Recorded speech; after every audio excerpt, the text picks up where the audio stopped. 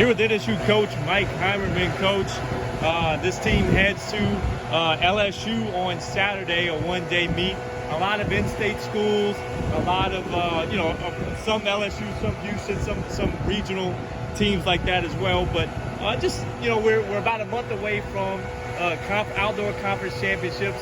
What point in the season are we at, and how's everybody kind of ramping up with a month left to go? Well, we are in the middle or almost starting the back half of our outdoor season, and everybody's starting to look pretty good, and we're building towards conference, and that's our end prize for most of the kids, and then we'll have a select group that qualify for regionals, and then hopefully move on to nationals. But this is where we start fine-tuning a few more things and start getting a little bit more specialized with some of the individual events, and this is where things really start picking up and taking off. I know just some of the things that have stuck out so far are Lauren Clark, who has done what she usually does in a triple jump. A 42.4 has her sitting pretty nice, but she started the long jump less than 2 months ago. She almost jumped to 21 last week. I mean, just the type of athlete to catch on to something that quickly.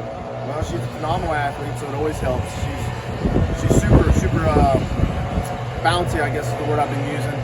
But she's just a special type of athlete, and her and Coach Stewart have done a great job putting in the work, the dedication, the time to be a well-rounded jumper, because she's also a 5'9.5" high jumper, which I really think she can be a 5'11", 6-foot high jumper before the end of the season. She just got to put it together at the right time, but she's very, very close.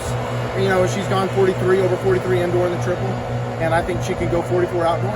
Now she can be over 21-foot long jumper as well. So she's a very talented young lady that's been actually now well-rounded in all three jumps.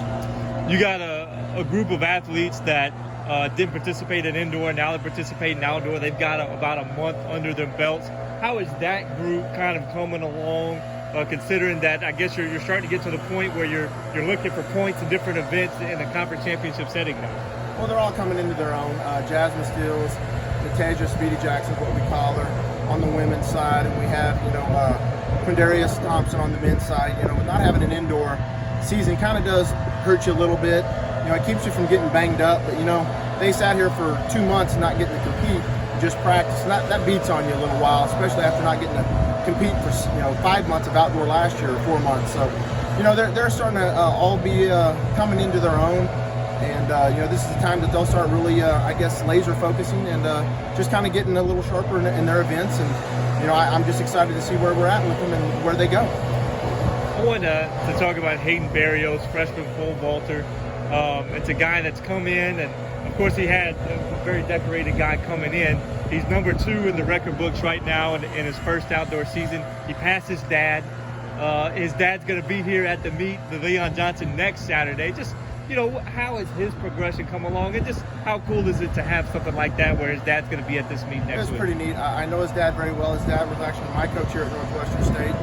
He was my RA in the dorm before then, so it's kind of neat to know the dad and then know Hayden, the son. And Hayden's quite a special young man, a gymnastics background, which always helps in the vault. And he's learning. This is the first year with Coach Pennington in the vault, so they're still learning some things. Now Hayden he can actually be our school record holder this year. You just got to trust the bigger poles to get on and do the things the small things that Coach Pennington tells him to do. But I mean, we have no problem thinking he'd be a 17.6 vaulter this year as a true freshman, and that's getting pretty elite. In college to start off with as a freshman. So sky's the limit with him, and it's always nice. I think I picked on his dad the very first meet indoor. I think Hayden passed him on the all-time list indoor. So I teased his dad saying, how do you feel, getting passed by your son in one meet that took you 4 years? And he said, bittersweet. As a dad, he's thrilled to death, and as a competitor, he was like, dang. But it's just fun to have that relationship with these kids and then some of their parents. So it's fun. Hayden's a good guy, and he works really, really hard. Then you have another group of athletes, the newcomers, freshmen in JUCO, and Ebenezer Gray, Destin Scott. These guys are getting more of their NSU feet under them. Brianna Washington in the throws. I mean, how is that group kind of coming along? These newcomers that are really kind of getting that taste of what college track and field is about. Really, it means that the future's bright here at Northwestern State. Those 3 that you just mentioned, all very, very hardworking, good students, and really put into work to be very, very good athletes. So it's just fun. Ebenezer is just one of the best guys that you can meet. So is Destin. Destin Scott comes from Coffeyville Community College, and he's a junior in school, but really he's only a sophomore on the track.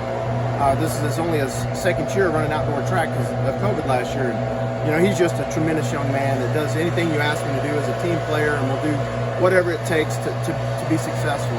And so does Brianna. Brianna was a freshman for us last year, but with COVID, this is her first outdoor season, so she's only been training with me a little over a year now. And, she's done some big things, but I think her future is very, very bright. All three of those people, future is very, very bright.